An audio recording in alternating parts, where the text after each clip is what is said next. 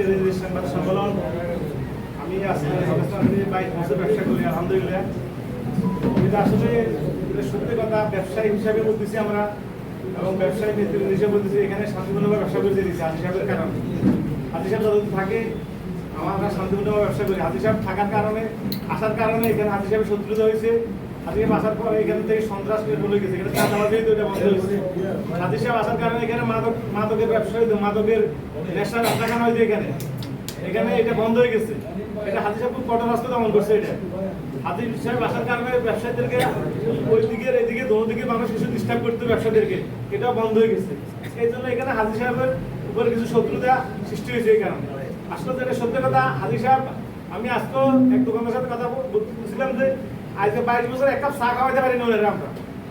হ্যাঁ, উনি আলহামদুলিল্লাহ উনি জনদরদি।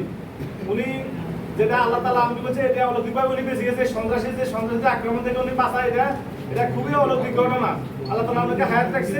এর কারণ হলো এটা উনি দান সদকা করে, উনি এতিম মিসকিনের সাহায্য করে, মসজিদ মাদ্রাসা দান করে, উনি ওলামায়ে কেরামকে সম্মান করে। আমি যতটুকু দেখছি আমার এই 20-22 বছরের মার্কেটে উনি আলেম ওলামাদেরকে সম্মান করে, মসজিদ মাদ্রাসা দান করে, এতিম মিসকিন গরিবদেরকে সাহায্য সহযোগিতা করে। ওনার অনেক অনুদান আছে, ওনার এটা প্রকাশ নাই, এটা ওনার ভিতরে অনেক অনুদান আছে, গরিব এতিম মিসকিনের সাহায্য সহযোগিতা করে। আর উনি এই মার্কেটের আগে দিকে কয়েক বছর ছিল না, এখানে অরাজকতা হয়েছে। উনি আসার আগে ভালো ছিল, উনি না থাকার কারণে অরাজকতা হয়েছে। আবার উনি আসার পরে এই সন্ত্রাস মাদক এগুলো সবকিছু নির্মূল করছে। এই জন্য কিছু লোক চাইতেছে উনি মার্কেটে থাকুক, এই জন্য ওনাকে হত্যা করার জন্য হত্যার উদ্দেশ্যে গতকাল রাত্রে অতিরিক্ত হামলা করা হয়। আমরা এই হামলা তীব্র নিন্দা জানাই।